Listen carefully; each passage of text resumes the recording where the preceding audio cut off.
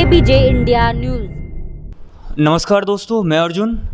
आज मैं हूँ जिला कारागार जो कि बुलंदशहर में स्थित है, और अधीक्षक महोदय जो कि जिला कारागार के अधीक्षक हैं मिजाजी लाल जी। आज हम इनसे बातचीत करेंगे कि कारागार में किस तरीके से कार्य हो रहे हैं कौशल विकास को लेकर, और जो कुछ नए यहाँ इन्होंने जो सराहनीय कार्य किए हैं। सुनने को आता है कि बहुत मैं अलीगढ़ से आया हूँ दोस्तों, और मेरे साथ हैं ब्यूरो चीफ हैं अलीगढ़ के प्रेम शंकर गुप्ता जी। तो हम सुनकर इनकी प्रशंसा को यहाँ इनका आज इंटरव्यू लेने आए हैं अधीक्षक साहब का। तो इनसे आज जानना चाहेंगे बेसिकली। वैसे हमारे 3 मुख्य मुद्दे रहेंगे कि जो नया एक तो सभागार बनाया हुआ है सर ने, और एक है यहाँ की जो खान पीन की व्यवस्था कैसी है कैदियों के लिए, बंदियों के लिए, और एक रहेगा हमारा सबसे जो मुख्य है जो महिलाओं को लेकर, एक महिलाओं के सशक्तिकरण को लेकर हमारी सरकार कहती है, मोदी जी कहते हैं, योगी जी भी कहते हैं, तो उसको लेकर जो एक ब्यूटी पार्लर का निर्माण करवाया सर ने अपनी तरफ से, तो उसको लेकर क्या कहते हैं सर, इसके बारे में हम बातचीत करेंगे आज। तो सबसे पहले मैं सर से जानना चाहूँगा कि सर किस तरीके से और ऐसे कार्य करने के लिए कहाँ से इनको विचार आते हैं और कहाँ से इनको एक ऊर्जा मिलती है। तो मैं सर के साथ में आपसे रूबरू कराता हूँ सर को। कारागार में पिछले वर्ष 10 महीने पहले मेरी यहाँ तैनाती हुई थी। उस समय कोरोना की दूसरी लहर चल रही थी, बाहर से मुलाकात बंद थी, बंदियों की पेशी भी बंद थी, तथा उनके बाहर से उनके परिजनों द्वारा लाए जाने वाले सामान पर भी रोक लगी हुई थी। बंदियों का बाहर के जो हॉस्पिटल हैं उसमें इलाज भी नहीं हो रहा था, बाहर जा नहीं रहे थे। बंदी बहुत गहरे अवसाद और तनाव में ग्रस्त थे। मैंने यहाँ के हालात देखे। मैंने सबसे पहले बंदियों को अवसाद और तनाव से मुक्त करने की बीड़ा उठाया, और उसके लिए मैंने लगातार बड़े बड़े मेडिकल कैंप लगवाए। वरिष्ठ पुलिस अधीक्षक महोदय से मिल कर के बाहर बंदियों को भिजवाना शुरू किया, क्योंकि पुलिस गार्ड हमारे वरिष्ठ पुलिस अधीक्षक महोदय के यहाँ से ही हमें प्राप्त होती है। इसके बाद बंदियों के तनाव और अवसाद को दूर करने के लिए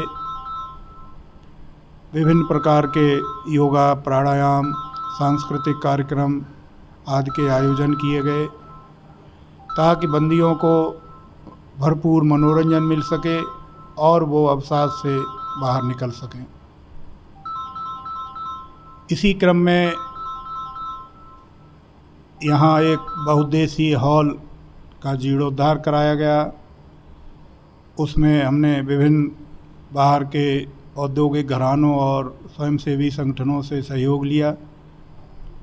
साथ ही हमने एक शानदार व्यायामशाला की स्थापना कराई, जिसमें नोएडा की एक कंपनी ने हमें पूरा सहयोग किया और उन्होंने निःशुल्क सारी मशीनें दी। स्वयंसेवी संगठन के ही सहयोग से महिलाओं को भी, क्योंकि अवसाद तनाव से मुक्त करना था, तो उनके लिए भी विभिन्न मनोरंजक कार्यक्रम प्रस्तुत कराए गए। साथ ही साथ उनके सौंदर्य और शारीरिक रखरखाव के लिए एक शानदार ब्यूटी पार्लर की स्थापना कराई गई। उसके अलावा बंदियों के कौशल विकास के लिए गमला निर्माण का कार्य, नर्सरी का कार्य, पेंटिंग का कार्य, सिलाई कढ़ाई का कार्य, इलेक्ट्रिकल और इलेक्ट्रॉनिक्स की मरम्मत का कार्य, और साथ ही साथ उन्हें अन्य जैसे फिजियोथेरेपी की ट्रेनिंग आदि कार्य में उन्हें लगाया गया, ताकि बंदी आत्मनिर्भर होकर के जब यहाँ से रिहा हों तो वो कुछ अपने आजीविका कमा सकें और अपने परिवार का पालन पोषण कर सकें। तो सर मैं जानना चाहूँगा कि ये जो कौशल विकास को लेकर आपने बताया था, तो ये आपकी जो कारागार है ये 3 बार से ISO सर्टिफाइड भी है। जी कि इसमें जैसे कैदियों की सुरक्षा को लेकर, उनको रोजगार को लेकर, उनका जो प्रशिक्षण आप करा रहे हैं कला संबंधी, उनके जो शारीरिक संबंधी है, जैसे आप योग को लें, सांस्कृतिक कार्यक्रम को लें, आप कराते रहते हैं। शायद कल परसों आपने सुंदरकांड जो कि उनका जी एक आध्यात्मिक और जी एक धार्मिक रुझान भी बढ़े, गीता वगैरह का पाठ हो, ये भी हुआ। तो ये आप कराते रहते हैं सर। तो इसमें जो आपका सहयोग जो आपके पूरे स्टाफ का मिलता है और जो आपके विचार ये आप रखते हैं अपने, तो इसके बारे में कुछ जानना चाहूँगा। देखिए, अगर आप कार्य करना चाहते हैं तो समाज से सहयोग मिलने में समस्या नहीं है, बशर्ते कि आप अपने पूरे मनोयोग से और कर्तव्य निष्ठा के साथ अपना कार्य करते हैं। तो हमें विभिन्न औद्योगिक घरानों और स्वयंसेवी संगठनों, व्यापारिक संगठनों से पूरा सहयोग मिलता है।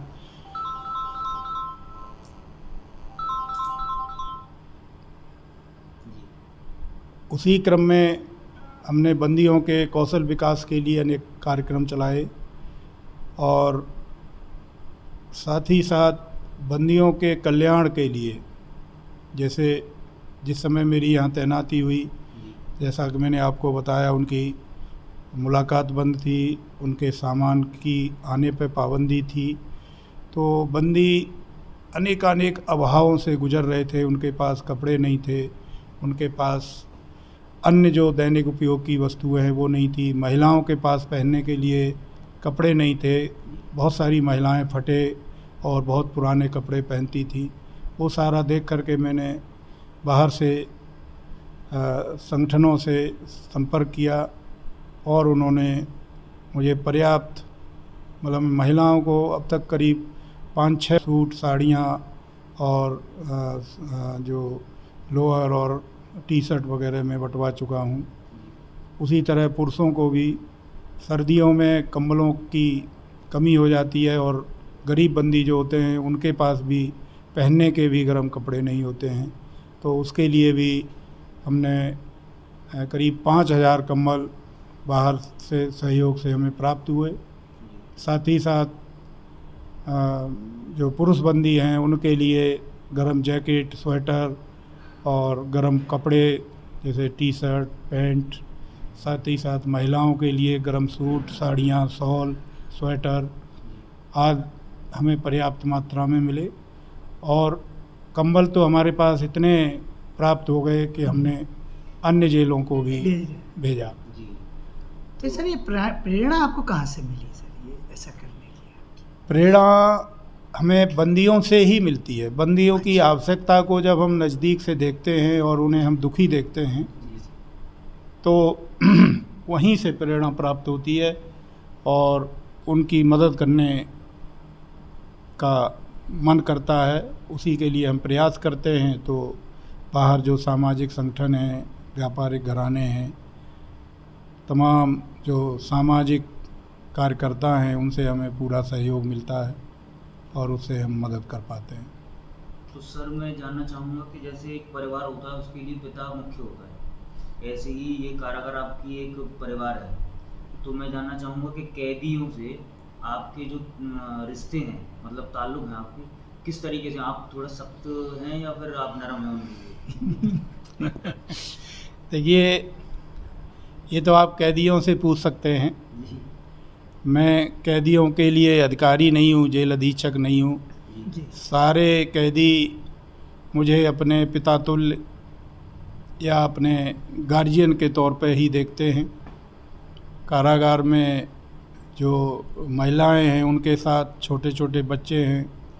आपको आश्चर्य होगा कि जब मैं महिला बैरक में जाता हूँ तो सारे बच्चे अपनी माँओं को छोड़ करके, अपनी माताओं को छोड़ करके मेरी तरफ भागते हैं और उनको उनमें मेरी गोद में आने की कंपटीशन हो जाती है कि मुझे पहले लो, कि मुझे पहले लो। अगर मैंने एक बच्चे को पहले नहीं लिया तो वो फिर जाके रोने लगता है कि मुझे नहीं लिया।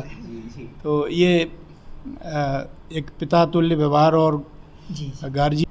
ऐसे ही ये कारागार आपकी एक परिवार है। तो मैं जानना चाहूँगा कि कैदियों से आपके जो रिश्ते हैं, मतलब ताल्लुक हैं आपके, किस तरीके से, आप थोड़ा सख्त हैं या फिर आप नरम हैं उनके लिए?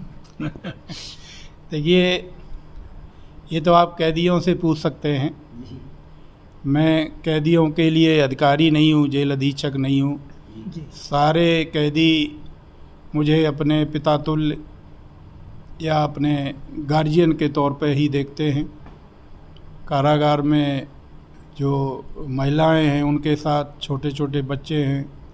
आपको आश्चर्य होगा कि जब मैं महिला बैरक में जाता हूँ तो सारे बच्चे अपनी माँओं को छोड़ करके, अपनी माताओं को छोड़ करके मेरी तरफ भागते हैं, मेरी तरफ भागते हैं और उनको उनमें मेरी गोद में आने की कंपटीशन हो जाती है कि मुझे पहले लो, कि मुझे पहले लो। अगर मैंने एक बच्चे को पहले नहीं लिया तो वो फिर जाके रोने लगता है कि मुझे नहीं, हाँ मुझे नहीं लिया।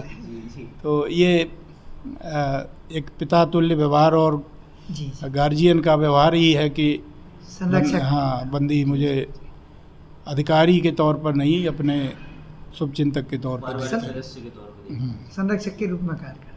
हैं। जी बिल्कुल, बहुत बहुत धन्यवाद आपका। अब मैं सर आपसे ये जानना चाहूँगा कि जो आपने 3 मुख्य निर्माण जो करवाए हैं अभी, ब्यूटी पार्लर और ये जो सभागार बनवाया है आपने, और एक रहेगा हमारे खाने पीने का, तो वो मैं थोड़ी सी झलकियाँ दिखाना चाहूँगा अपने दोस्तों को, अपने सब्सक्राइबरों को, अपने देखने वालों को।